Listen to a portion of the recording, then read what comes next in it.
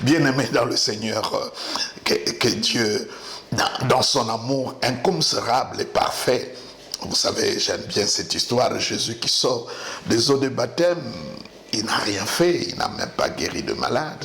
Le Père lui dit, celui-ci est mon fils bien-aimé, en qui j'ai mis toute mon affection. Que vous commencez votre journée avec cette déclaration de l'amour de Dieu, comme Jésus-Christ a commencé, n'est-ce pas, son ministère. Partout où il est allé, cette phrase l'avait accompagné, qu'il était le fils bien-aimé de Dieu, et que Dieu, dans sa grâce, manifeste son amour dans votre vie. Je suis toujours dans 1 Corinthiens, chapitre 15, aujourd'hui encore, versets 7 à 10, mais la dernière partie qui nous dit, je reprends tout le verset, il dit, ensuite il a apparu à Jacques, puis à tous les apôtres, après eux tous, il m'est aussi apparu à moi, comme à l'avorton, car je suis le moindre des apôtres. Je ne suis pas digne d'être appelé apôtre parce que je persécutais l'église de Dieu. Par la grâce de Dieu, je suis ce que je suis. Et je l'ai dit, je le répète encore, il n'attribue pas ce qu'il est devenu à autre chose qu'à la grâce. S'il vous plaît, nous ne sommes pas mieux que l'apôtre Paul. Si nous pouvons parler comme lui, ce que je suis, je le suis à cause de la grâce de Dieu. Et il dit, et sa grâce envers moi n'a pas été vaine. C'est comme ça que je regrettais des gens qui parlent de la grâce dans des termes tout à fait irrespectueux. Parce que la grâce, c'est la personne de Jésus-Christ lui-même. La grâce, ce n'est pas un enseignement, ce n'est pas un message juste pour contrecarrer les enseignements ou le message qui sont prêchés partout ailleurs.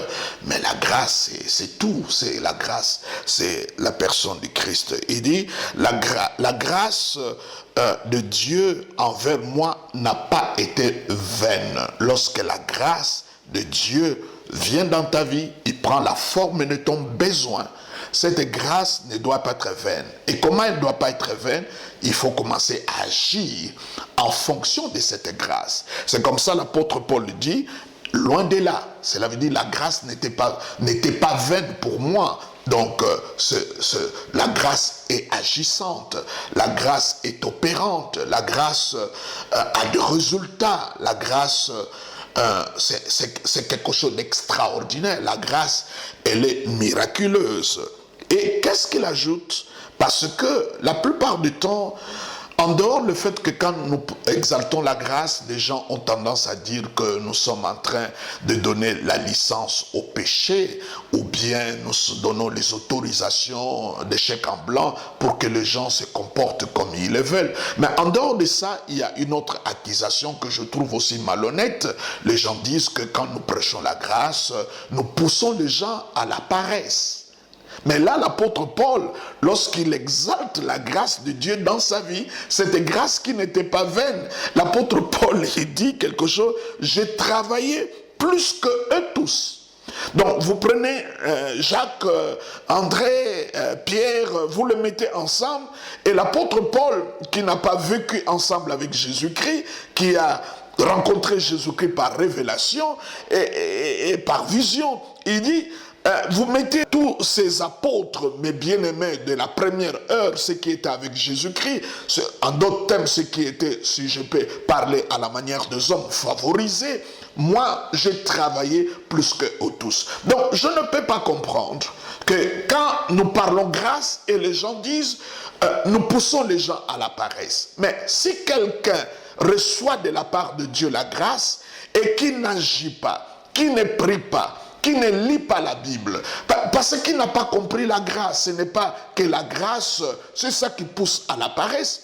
Parce que l'apôtre Paul dit, j'ai travaillé plus que eux tous.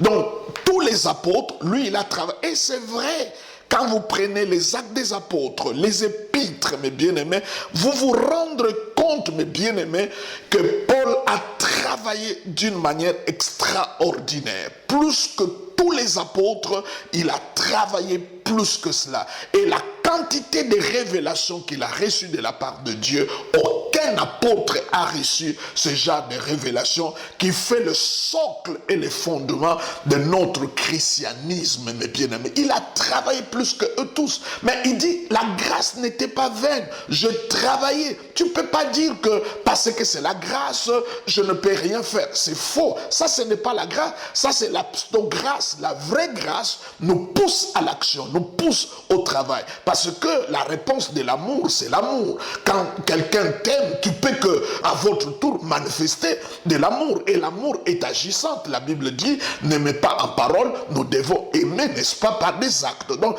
il est très important de comprendre que la grâce, c'est elle qui nous donne la force d'aller au-delà de nos capacités. Nous allons en parler lorsque l'apôtre Paul dit, la grâce du Seigneur me suffit. Et là, mes bien-aimés, il dit, je travaille plus que eux tous. Que la grâce de Dieu vous visite et que vous puissiez dépasser même vos propres maîtres, que vous puissiez devenir l'homme qu'il faut à la place qu'il faut pour que vous deveniez incontournable, que Dieu puisse vous donner de la rapidité, de la vitesse, de l'accélération, ce que vous n'arrivez pas à faire dans 7 jours, que vous arrivez à le faire dans un seul jour, que Dieu vous donne des capacités surnaturelles et vous pouvez en avoir simplement par la grâce de Dieu. Et là, l'apôtre Paul dit, j'ai travaillé plus que eux tous. Mais il ajoute quelque chose parce que quand il dit ça, ça a l'air d'être comme une comparaison. Il a vu le danger, c'est comme il se mettait lui-même en évidence. Et pour rectifier cela, écoute ce que l'apôtre dit. Il dit, non, pas toutefois moi-même, mais la grâce de Dieu qui était avec moi. Mais il dit même à la fin, ce n'est pas moi. Si j'ai travaillé plus que eux tous, je ne dois pas m'arroger cela. Je ne dois pas bomber la poitrine et dire, oh là là, c'est moi l'apôtre Paul, j'ai tellement de révélations. Mais il dit, toutefois, ce n'est pas moi. Mais c'est la grâce de Dieu qui est en moi. C'est elle qui m'a rendu capable de faire ces prouesses, d'arriver d'accomplir ce que personne n'a accompli jusqu'à ce jour. Mais bien aimés dans le Seigneur, que cela soit votre cas. Combien d'efforts que vous n'avez pas fait, qu'est-ce que vous n'avez pas fait comme retraite, comme prière, comme les séances d'imposition de main, d'onction d'huile. Mais dites-vous, mes bien-aimés, au-delà de toutes ces choses, si la grâce peut te prendre en charge, vous arriverez à faire des choses que vous n'avez pas pu faire durant toute votre vie. Laisse la grâce vous prendre en charge. Et vous allez chanter cet hymne, n'est-ce pas, de la force, de résultats, comme l'apôtre Paul est en train de le dire. Il dit, toutefois ce n'est pas moi, mais la grâce de Dieu qui est avec moi. La grâce est mon compagnon, c'est elle qui me rend capable d'arriver, d'accomplir les choses imaginables. Que cela soit ainsi dans votre vie. Vous êtes fatigué, vous avez envie d'abandonner, de jeter la clé sous l'apôtre, de faire le bilan. Mais mes bien-aimés, compte sur la grâce de Dieu, et la grâce de Dieu te donnera la force, n'est-ce pas, de faire de prouesses, et que vous devenez une personne qui se distingue d'une manière extraordinaire. Je te bénis au nom de Jésus-Christ, je vous bénis au nom du Seigneur Jésus-Christ, que la grâce du Seigneur vous donne des capacités surnaturelles au nom de Jésus. Amen. Que Dieu vous bénisse. C'était le pasteur Jean Bosco Kindomba. Au revoir. Merci.